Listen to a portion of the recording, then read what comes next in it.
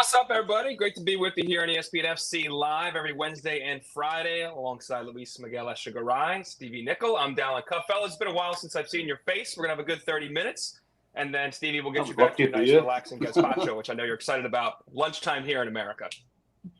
All right, so we're going to rip through a bunch of great topics. We'll start with the Premier League. We'll go agree or disagree with a number of statements I will give you guys, and we'll break those down. Obviously, the Champions League draw here coming up tomorrow. We will look forward to kind of the shift in format and how that might benefit some teams or hinder others. And last but not least, of course, the transfer window. It's not closing. It is slamming shut here in just a matter of days. So we will look at what some reported transfers and transfers have gone through and how that may affect things. Let's start with the Premier League. First and foremost, with the Liverpool legend, I'm letting you lead the way here, Stevie. Here's your statement. Liverpool can challenge Man City and Arsenal for the title. Sir? Yes, I think so. I think before the season started, anybody connected with Liverpool, we weren't quite sure what we were going to get. We weren't quite sure how the team was going to be set up. And I think I know it's only 2 games, but I think you can clearly see that there's still a smoothness about Liverpool, even though there's a new manager. I think, quite frankly, it's really simple for me. It comes down to injuries. If Liverpool have the same sort of injury crisis this year as they did last year, then absolutely they won't be able to compete for the title. But if they have just a kind of normal run of the mill season as far as injuries are concerned, obviously a couple of players will miss some minutes, but just like your ordinary season, then I'm pretty confident already that yes, they can compete with Manchester City and Arsenal, because quite frankly, I think it is a 3-horse race. LMA? Yeah, it always begins so well with me and Stevie. I'm going to agree with him here. I agree as well. I like what I've seen. And actually, I'm really impressed in these first 2 games, just how quickly Liverpool squad has adapted to Arne Slot. And I agree with everything Stevie's saying. I think there are 3 components here. One, I think they need to make the most out of their easy beginning to the schedule, because it is the easiest out of all the major teams in the Premier League. I think by the time October comes around, it'll get trickier, but hopefully the squad will understand more of Slot's system. 2, like Stevie said, they need to stay healthy, because that is key, and that's been a problem in the past. I mean, it's all good to have the likes of Diogo Jota and Lucho Diaz and Mohamed Salah, but, they need to stay healthy. That's really important when you're trying to fight off the likes of Manchester City and Arsenal. And 3, I think they need a defensive midfielder. I don't know if Arne Slot agrees with me, but I think that somebody that can be solidified in that middle. I know that, Wataru Endo obviously can provide something towards the latter stages of a game. But I think that if those 3 things continue to happen, Federico Chiesa, I know we'll talk about him in a minute. He's a great addition for that amount of money. They're definitely ready for it. I'm a big fan of what Arne Slot has done so quickly. If they can stay fit and healthy, yes, agree, they can definitely fight off Manchester City or Arsenal. Can I just jump on the back of that, what LME was saying there? I think the fact that they tried to sign Zubimendi tells you that Arne Slot and the directors of football all believe the same thing as I do agree with LME as well. So, yeah, I think there's no question they are looking for somebody. Zubimendi would have been perfect. However, he decided personally it wasn't perfect for him. But I think that kind of answers the questions for all of us. That absolutely is a spot they're looking to fill. Yeah, we'll go 3 for 3. To say they can't challenge, I think, it's to challenge for the title means every game that these teams play up until the last 6 weeks, in my mind, they're going to be in the mix. And I see Liverpool being there in the mix and to the very end, put at least the last 6 weeks. So the challenge for the title, I think, without a doubt. All right, Stevie, I'm going to start here with you, too, because on the ESPN FC side, I know Dan was trying to build up Chelsea coming off those 4 goals in the second 45. And you rained on the parade. I was there with you, man. It was 45 minutes. It looked great for 45. But here's your statement. Agree or disagree? There is method to Chelsea's madness. Well, if there is, I wish somebody would let me know what it is. I mean, seriously. So disagree. I mean, there's even talk of signing more forwards. Well, I should say wide forwards. There's certainly no talk of a centre forward, which they desperately need. No, I am not convinced. listen, had this game been against Arsenal, Man City, Liverpool, Villa, I mean, had it been against one of the top sides, then that's a different ball game. But the fact was, it's against Wolves, who were, in the second half in particular, so wide open that it was absolutely scary. I mean, the amount of times that Chelsea scored their goals, having outnumbered the amount of defenders, was just un-Premier League like. So, was it great to watch? Yes, it was. Was it fun? They all looked as though they were having fun. But in the terms of where Chelsea are in their development, right now, I think you got to say it was a bit of a flash in the pan. Yeah, I'm going to jump in here, Dalen, and I'm agreeing with Stevie, disagreeing with the comment here. If there is a method here, I still need to know what it is. I mean, at this point, I think that Chelsea need to buy the town of Cobham, not just the training center inside of Cobham, because it's just an overwhelming number of players. And yes, it was a really good victory, and we gave them props here on ESPN FC YouTube, along with Janusz Michalek right after the game. They played very well, but Wolves definitely are a project in the making. And offensively, you're going to see these types of projects. But here's my issue, okay? Chelsea have more players on 6 or 7 year contracts than the rest of Europe combined. Fees from those amortization fees, like deals, are going to pack up at some point, and it's going to be an issue. It's unclear to me how Chelsea are going to deal with UEFA's economical regularities, which is basically 90 million over a 3-year period. Then there's the Premier League sustainability rules as well, which is 105 million over the loss of 3 years. Eventually, all that is just going to mount up. And then you have the chemistry thing, okay? Which is, already we're seeing Raheem Sterling upset and other players as well. As Stevie said, they're still looking for more players. Like, there's an issue here of cohesion. And all is well and good at the very beginning, right? But what said, the likes of Man City, Arsenal, Liverpool, Villa, Tottenham, etc., these are going to be teams that are going to be testing you. It's too much of a big squad. And you have a new manager in Enzo Maresca. So, a great result this past weekend. Is it going to continue to happen? No. Are more issues going to happen? Yes. Yeah, I don't disagree with anything you guys said. You're dead right. Somebody sent me an article, an American guy that's not even a football fan, sends me this article. It says, it's a Wall Street Journal article. You can read the headline in the text. These American owners are either geniuses or fools. I didn't need to click. I just wrote back to him. This is about Chelsea, right? He said, yeah, that's enough said. Like this, and I think it's going to be the latter. That this is not going to pan out long term. But time will tell. And of course, it's drawing attention beyond the football world from a financial standpoint. People wondering, how does this work in terms of global sport? Next statement, and LME, we'll start with you. Manchester United aren't as bad as people think. Agree or disagree? I agree, but it depends on our definition of what bad means. Like, obviously, I think that, can they get a European spot? Can they get Europa League, Conference League? Yes.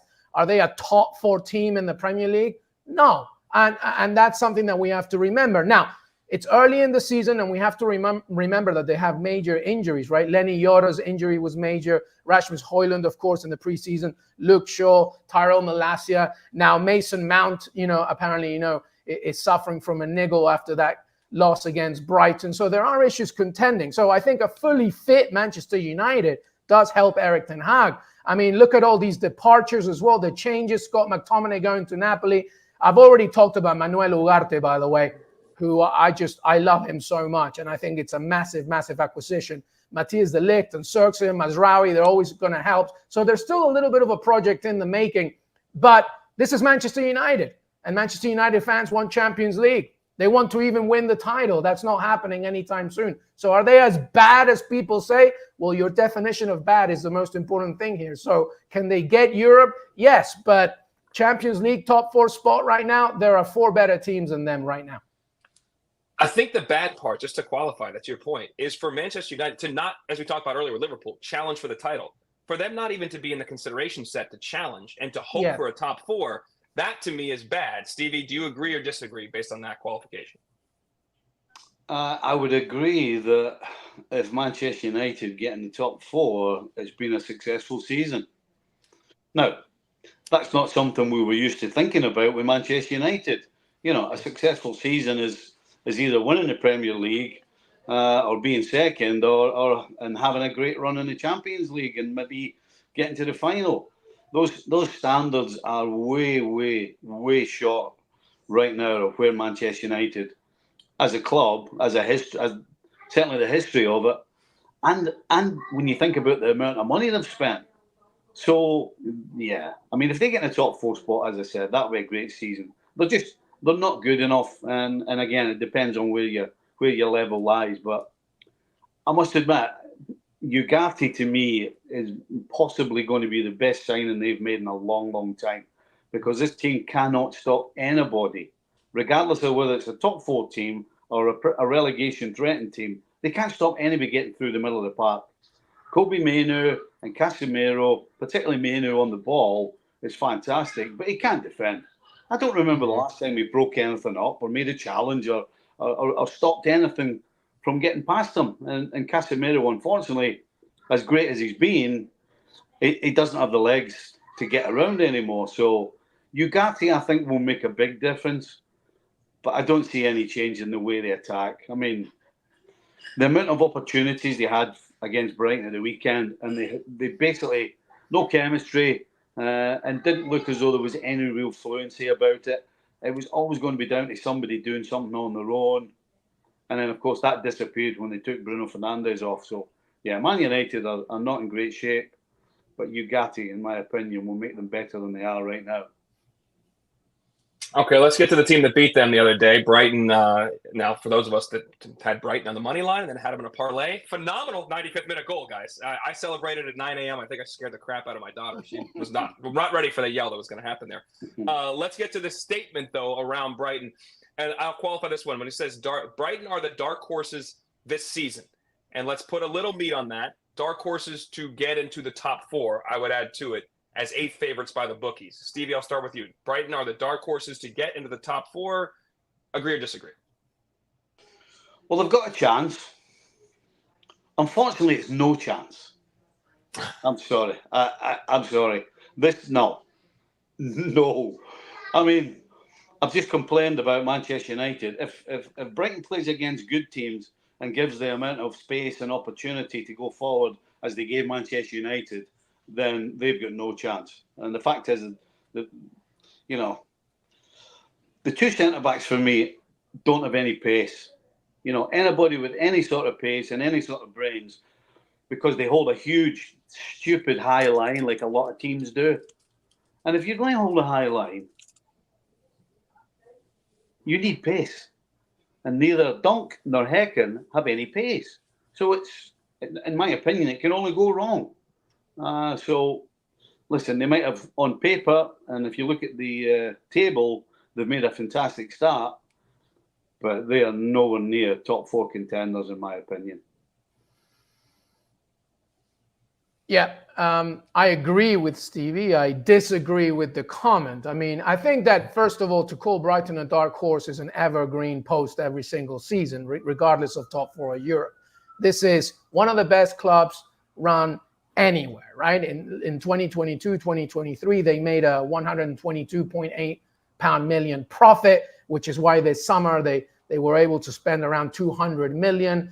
They're such a well-run club, right? If they lose a player, they replace him with another one. And that's not limited to players, managers, of course, Graham Potter, Roberto De Servi, and now the wonderful Fabian Hürzeler. But they're not a top 4 team right now, simply because they're like Stevie said, if you got issues at the back, but my issues are also just in the deepening of the squad. If you want to be a top 4 team or a top 4 club, it's about having a deep squad. And that's not Brighton right now. They're a very well-run, managed club.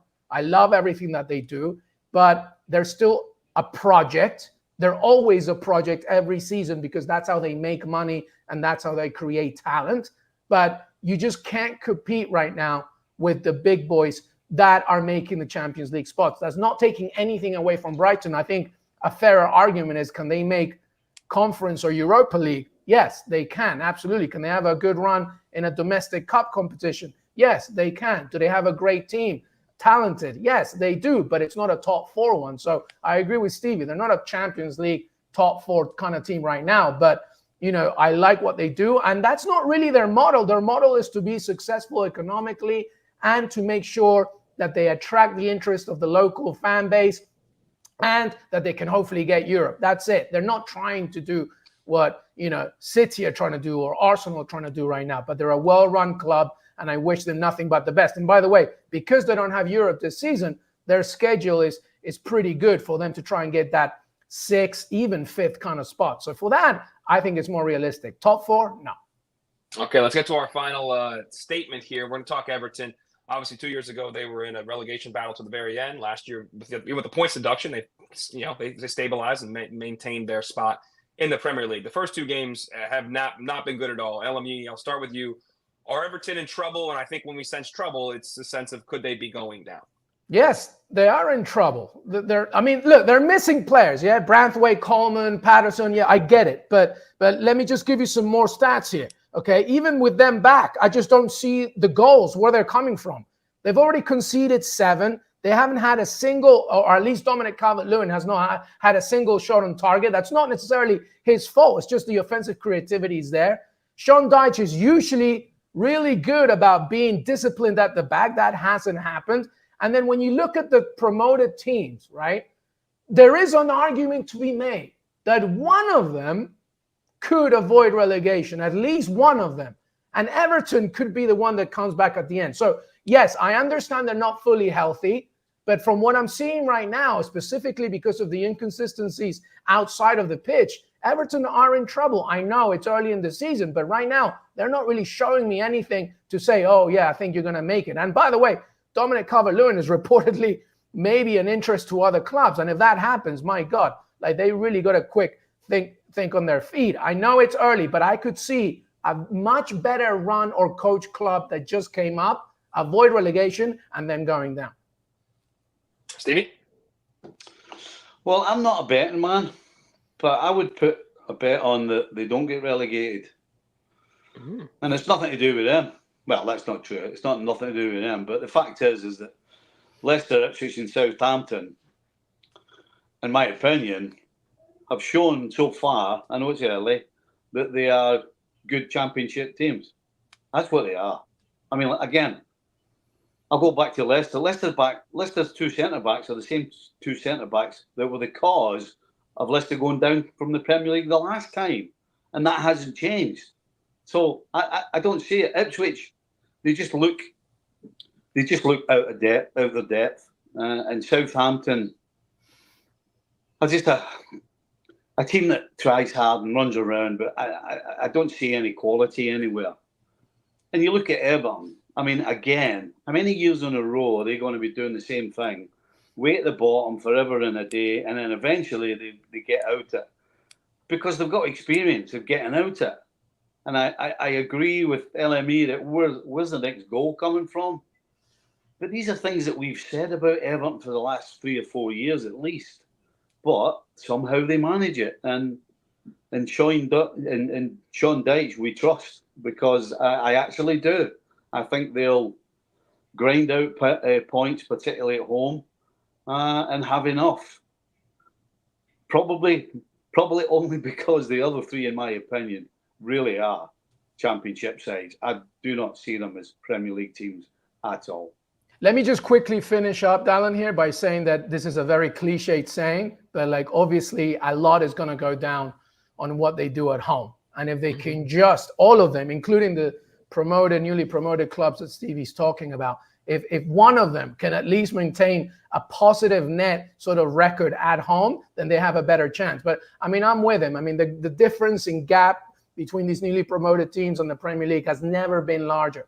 Part of it is because finances and talent, but Everton really need to figure it out, and they need their full squad back, and that's not good news. Yeah, Stevie started by saying he's not a betting man. The betting people do say the odds-on favorites for the 3 to go down are, as you guys mentioned, the newly promoted teams. Everton, some books plus 180, some 2-1 on your money if they do go down. If you wanted to make that bet as one of the teams that go down. All right, that's enough of the Premier League. Let's move forward to the Champions League. That starts tomorrow.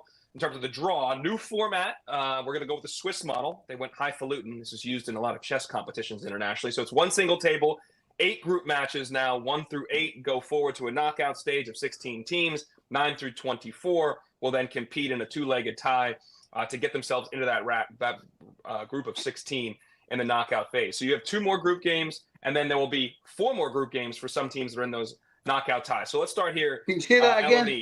Say that again. There's a lot thrown at you right there, huh? It's a good thing we're recording this because they can just rewatch it and listen. Real quick. You've lost me already. I've got no idea what day of the week it is. Well, perfect. Let's just say this. We got a lot more games to watch and maybe some more interesting games early. Steve, I didn't give you the pots. I didn't give you the pots for selection yet. I didn't do any of that. I'm not doing it. What a surprise. We're not doing it. There's more games. I'll ask you that. More games. More money. Yeah, there you go. Shocking. Oh, yeah. So let me ask you this. Then. It says who will it benefit and who won't. Obviously, we know the owners will benefit from money and some of the buildings around the stadiums. We got that, no doubt. Will anybody on the field? Will anybody in the field benefit from this, or will people be hindered? Stevie, I'll start with you. No, I think we're at the stage now where you may get the odd surprise if you're lucky, but it's going to be the same faces. It's going to be the same old faces who are going to qualify, and then we'll get the knockout round. And as I said, there might be one surprise, because it usually is. Somebody somewhere gets above the station and makes it through. But other than that, no. The only people that are going to benefit are the money men. Absolutely the money men. The whole format has been changed, not for the game of football, not to make the competition better, but to get more dough in for whoever ends up getting it in the pocket. Probably the teams will get more, which will make them shut up and not complain too much about playing even more games. So I honestly don't see right now. I might change my mind when I see it playing out, but right now, I don't see it changing anything. The same teams are going to get through to the knockout stages, as I said, with maybe one surprise. That's it. I mean, this is just an episode where I'm just agreeing with Steve, in every point. I mean, this format was purely made to make sure that the rich get richer and the money keeps flooding in. I mean, I love the Champions League, and this is taken from somebody that can't wait to see Aston Villa in the tournament. But like from a financial perspective, at the end of the day, I agree. I think by the end of it, you're going to see the same teams going through it. And also the knockout stages, this means that they're probably not going to be as exciting because we have this massive league table. I will say, though, that to answer your question on the pitch, there is a chance, right? Because it's so big, right? This league, and it's 8 matches, and it's like home and away, and you play one and you do another one, whatever. The quote unquote not big teams, not giants, may have a chance at disrupting something in one of those first 8 matches. Just like when Newcastle United defeated PSG 4-1 at St. James's Park last October, maybe you might see somebody like Brest from Ligue 1, Bologna, right? Or Aston Villa Park, depending on who they see. So maybe there's a benefit there. But at the end of the day, I see Real Madrid, top of this table, Manchester City right there. Then you got Arsenal, Bayern Munich, and the likes. And then between 9th place and 24th, they're going to go all out in February, meaning more money and more exposure. So, and by the time the knockout stages comes around, I think it might be a different sentiment to the likes of what we've seen in the past. So I agree with Stevie. It's all about money. I see the same teams at the end of the day winning it. The only good news is that Aston Villa is going to be part of it. There's no point in asking you, who are you excited to see, LME? So I know that means a lot to you to see the villains back there. I mean, listen, I got my new shirts for this season, and when I saw that Champions League badge, I shed a tear. I mean, it's been a ridiculous thing. I have never seen this club in this situation. I don't even care what format. Put us all on a boat and make us play futsal. I don't care. As long as we're doing Champions League, that's all that matters. But I also like, by the way, I'd like to see what Xabi Alonso is going to do with Bayer Leverkusen in this competition. We obviously know how good.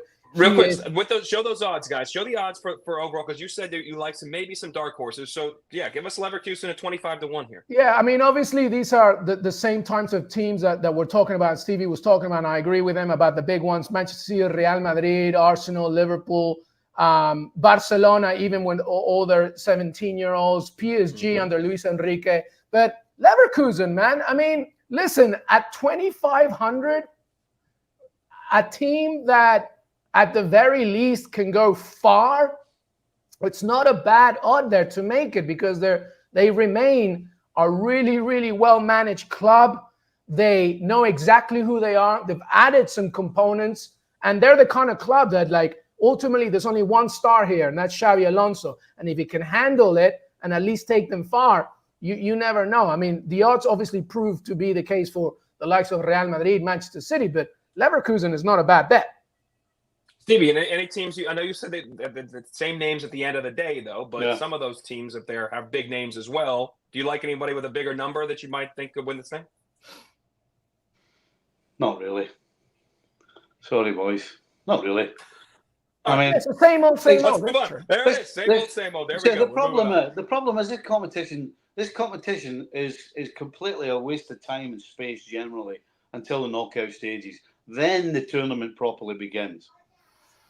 You know, the previous format was set up, and the way it's set up, the big teams couldn't get knocked out unless they were so bad. Then it was down to them, not down to the format. Again, we'll see how this format plays out, but I think it's the same thing. The Champions League is not something I get excited about until that knockout stages. I would say that I agree 100% of it. I'm interested to see Leverkusen, how they do with Alonso, and the fact that, you know, this team, it's not going to win every game. It's going to lose some games, because what they did last year was just an anomaly. It really very rarely happens. But I think they will be better in some ways, because they'll have another year together. They haven't lost anybody. They've actually added. So I am really interested to see what Leverkusen do when it comes to the knockout stages. And I've got to say, I'm interested to see what Villa do with Unai Emery. I mean, obviously in the Europa League, I think he's got at least 3 wins in the Europa. I think this is the guy that will be determined to show that he's about doing it at the highest level as well as just, you know, the Europa League. So I'm kind of interested in both of these teams. But after that, I just want to get to the knockout stages as quickly as possible. By the way, it's 4 Europa League wins for Unai Emery. Right. Just Incredible. Hey, by the way, with multiple clubs too. Hey, 4. I'm sorry, 4. Everybody, just be quiet when it's 4. 4. There's other storylines as well, by the way. Like, you know, Liverpool, I think, are intriguing because, you know, it's clear that Darwin Núñez is not the man in the Premier League. Will he use all his anger in the Champions League, and how deep would the squad do? Bayern Munich under Vincent Kompany, I'm intrigued to see how they do. Will Harry Kane finally get that trophy as well? And then there's those like clubs that, you know, have waited so long to be in the competition once again. Sparta Prague, of course, by the way, go on their social media page. What they did to announce their Champions League entrance is so funny. But I'm looking at so many clubs, and maybe Arsenal, right? They've never won this competition. Can they do it? So will be very interesting to see how this format helps them. But I'm with Stevie. The same old will win it. But here's hoping that we get surprised at the very likes of somebody like Bayer Leverkusen. Villa, by the way, it all depends on that draw, because Villa Park is going to be rocking. Absolutely rocking. So I can't wait to see that. Yeah, for surprises, I'll take your Arsenal surprise there. It's never happened before. Not a surprise, but Lord knows I'll take that. All right, let's get a couple transfer deadline conversations here before we get out of the show. Federico Chiesa is going to Liverpool. You guys mentioned it earlier. Maybe need a central defensive midfielder, but you get another player in the attack. Stevie, what do you think about this for your club? 13 million, Stevie. That's why it's a good gamble. You know, it's a good gamble. You know, for that amount of money, you can get a nobody. You know, nobody's today cost that amount of money.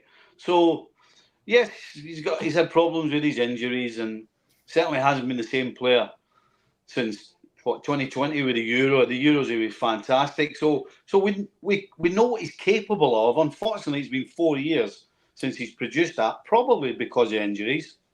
The other thing that makes me think Darwin Núñez might be on his way out, the fact that they've signed Chiesa, because I think in terms of going forward, they've got enough players right now. But if Núñez is going, then Chiesa, for all the reasons I mentioned there, is good to have in the squad. If Mo Salah's leaving next season, which it seems likely, if Chiesa gets himself fit and starts producing again, maybe he slots in there somewhat. To be honest, it's all about the money. The fact that it's pennies, it's a drop in the ocean, 13 mil. And the fact is, there's potential there, no question. He's experienced. So I guess I'm trying to convince myself, and I'm nearly there, that it's a decent signing. It is. It is a decent signing because of 13 million. You can't even get somebody's a right leg for 13 million these days. Like the fact that you get Federico Chiesa for that is fantastic. And Stevie said it, like injuries, of course, reaching the end of his contract, but Juventus were desperate because they're economically desperate to make sure that they offload some people. He's 26 as well. Like, yes, he's not the same player as like 2020, like Stevie said, but like he's 26. And here's the key thing. He's not the starter. Like you've got Lucho Diaz, Diogo Jota, Mohamed Salah, Darwin Nunez. So he's going to be eased in. There's no pressure on him.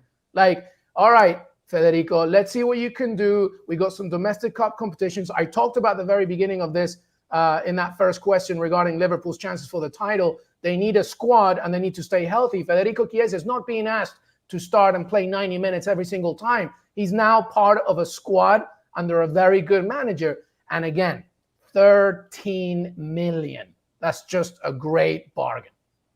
Yeah, you just don't see that in today's world football with a player that has obviously pedigree at the international level and has performed when healthy at the club level. Let's wrap this thing up with Scott McTominay. He's leaving United. He's going to Napoli. Stevie, is this the right move for him? We're discussing McTominay is also interesting to me, but your thoughts. I think it's a great move for him. You talk about underappreciated at Manchester United. The amount of times this guy's come on or saved them in tough situations. He's always given every single thing. He's got a big heart. He'll run all day. And he's going not only to a big club, but he's going to the perfect manager that suits what McTominay's all about and what Conte's looking for. He's looking for guys in the middle that get around. He's looking for them to get in the box. He's hoping to get goals as well. And McTominay supplies all of these things. Now,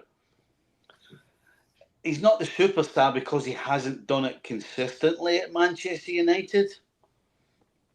But maybe when he goes to a Napoli side that is going to be built to be about all the things that his best attributes are, then I think it's absolutely perfect. And I think the most important part of it is the manager. I think if anybody's a Conte player, it's Scott McTominay. Yep, I totally agree. It's a good move for everybody. Maybe Manchester United lose the one out of anybody because, even though they're replacing him with Manuel Ugarte, they had to pay a pretty penny for him as well. But I agree that Scott McTominay is so underappreciated. He is such a warrior. And I wish he would have probably been more highlighted, not just with United, but somewhere in the Premier League. He started only 18 matches for United last season. He still scored 7 goals. He was a pivotal reason why United won the FA Cup in the first place. And he gives it his absolute all. And now, like Stevie said, he goes to a manager that's going to be so great for him. He goes to a great, passionate club. He goes to a good league. And because Napoli don't have Europe this season, again, just like I was talking about Federico Chiesa, he's going to be able to just really focus on the league, focus on his game, help Scotland in the future as well. I'm happy for him, and I'm happy that he's working under Antonio Conte because obviously Conte has ambitions of his own as he returns to Serie A. So I think this is great. And United get Ugarte, and they need Ugarte. They need that. So I think it's a win pretty much for everybody. I just want to emphasize once again and echo what Stevie said, which is Scott McTominay is an absolute warrior, and I wish him nothing but the best. He never complains. He just gets on with it, and most likely than not, he always gives you what you need. Can I just say one last point? Mm-hmm. I am so glad that he will not be coming off the bench this weekend. Mm-hmm. Man United. I think you're winning anyway. Yeah. I am so glad Scott McTominay is not coming on for the last 10 minutes and scoring either the winner or the equaliser. I think you're winning anyway. I mean, the only Liverpool player might you win need that to game worry anyway. about But is gentlemen, Amad it was a Diallo. great I think We Amad said that. Diallo is the only We player said that that you need all to focus. last year. Look what happened. True. Including It's me. early too. Should be a good one. Fellas, we got to wrap it up here. It should be a good one. We got to wrap it up here. Get ESPN FC live every Wednesday, Friday, noon Eastern time. Stevie, enjoy your lunch, my man. 90 degrees out. I My man's still will. having soup. He's a soldier, Lean too. potato. Yes. Leaking Not potato. lentil We out, soup. fellas.